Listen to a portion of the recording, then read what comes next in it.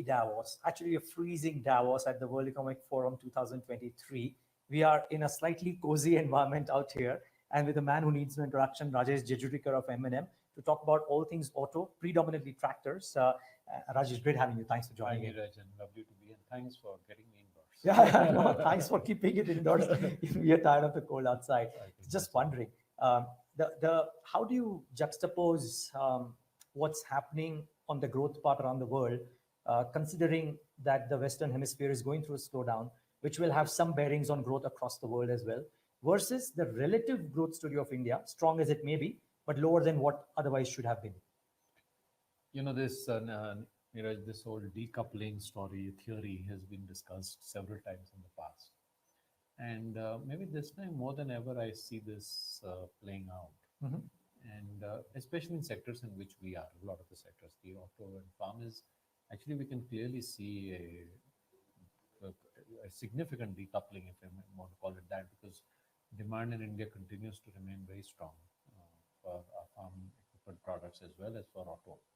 And both have seen very good years. And we definitely are getting a sense of some kind of a slowdown that may be happening in other parts of the world. I think, one key difference in my mind maybe is that India has been used to inflation Mhm. and the rest of the world has not. Sure. That's a big difference, right? So in India, 6, 7, 8, 9% inflation is par for the course. The Indian consumer, Indian industry, everybody knows how to handle it. The rest of the world, that's not so. They're used to some parts of the world negative inflation, other parts of the world 0 to 2, and they're seeing 8, 9% inflation, right? So for them, that's a huge setback. And it is bound to have an impact on consumption. So in a way, the India story and the global story is going along a different path for this one single reason, I think. But you reckon that can continue, part one, part two, for your business as well as for India Inc. at large? Could the export weakness hurt the overall performance in a significant manner, or will it be a glide through, so to say? We are not that large in exports. Our farm equipment business does have 30% of its revenue global, but that's they operate in their own country. That's not so much dependent on exports from here, and we think that this sector, the farm sector, is not going to slow down as much. For example, Turkey is seeing very high inflation, uh, and we're not seeing a slowdown in tractor demand there. So, different markets are playing out in these segments differently. So we are kind of, in a way, we feel reasonably insulated from what's happening at this point of time around the world. What's more important, I think, than the demand story is what's going to happen on the supply side. And will a global slowdown soften commodity prices more? That we got to wait and see. That's a positive effect. Uh, will it improve availability on things which have been short? That could be a positive effect, right? So I think the interconnections on the supply side and hence uh, costs may actually be quite significant, because if there's a global slowdown and you see inflation come down, including on imports, then that's actually good for us. One thing that I can't wrap my head around, most FMCG names talk about how rural is hurting them. Yeah. It's probably being seen in a bunch of other countries as well. Yeah. And here we have, let's say you or some of the other companies saying that the business is really growing, which is also predominantly, at least on the tractor side, you would argue a rural village farm income business, right? Where is the dichotomy? The dichotomy, if one were to call it that, Neeraj, is that in India, I think right now the impact of inflation over the last year and a half has been seen in some segments.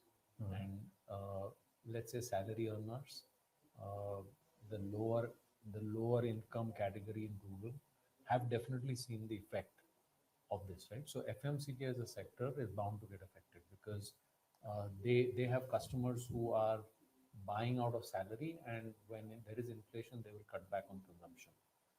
A lot of our products are, especially on the auto side, not so much driven by, especially for us, Mahindra, where we large amount of our portfolio is also priced about 10 lakhs. We have 2, 3 products below in the region of 7 to 10, but we don't play in the 4 to 5 lakhs.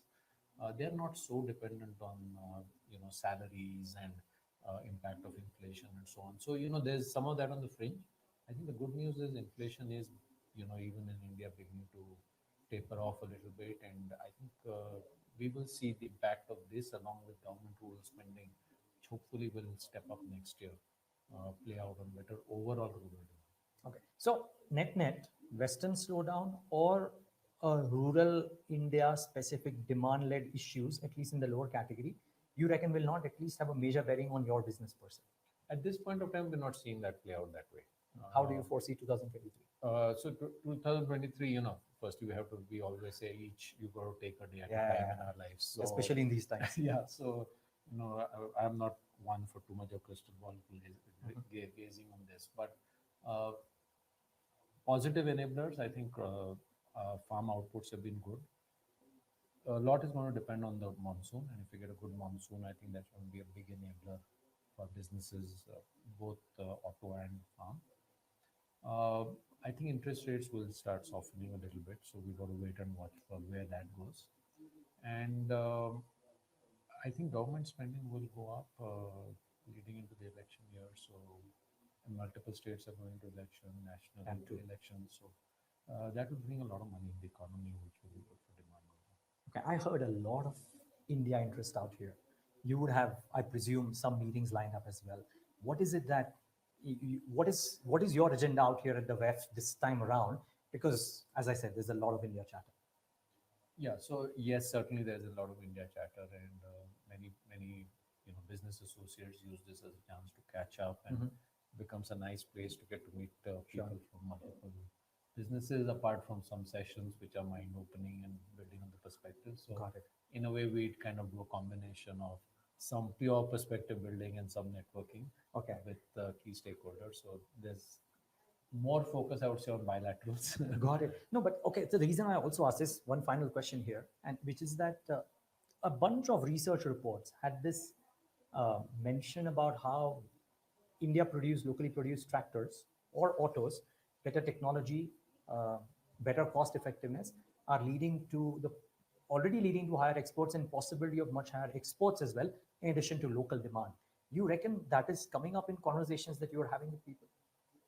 Our conversations are in Davos are not around supply of product or whatever, right? It's more around technology partnerships and things of that kind. I mean, this is what we would use a forum like this for. It's less about promoting our business. Okay. So I there are enough opportunities to do business promotion and so on. So this is more around seeking inputs, partnerships, meeting with stakeholders who do we do business with at the seniormost level, because they all happen to be here as well. Got it. Great, including you. So Rajesh, great talking to you. Thank you so much for taking the time out to speak to us at Pleasure, B2 Prime. lovely meeting you. Likewise. And viewers, thanks for tuning in.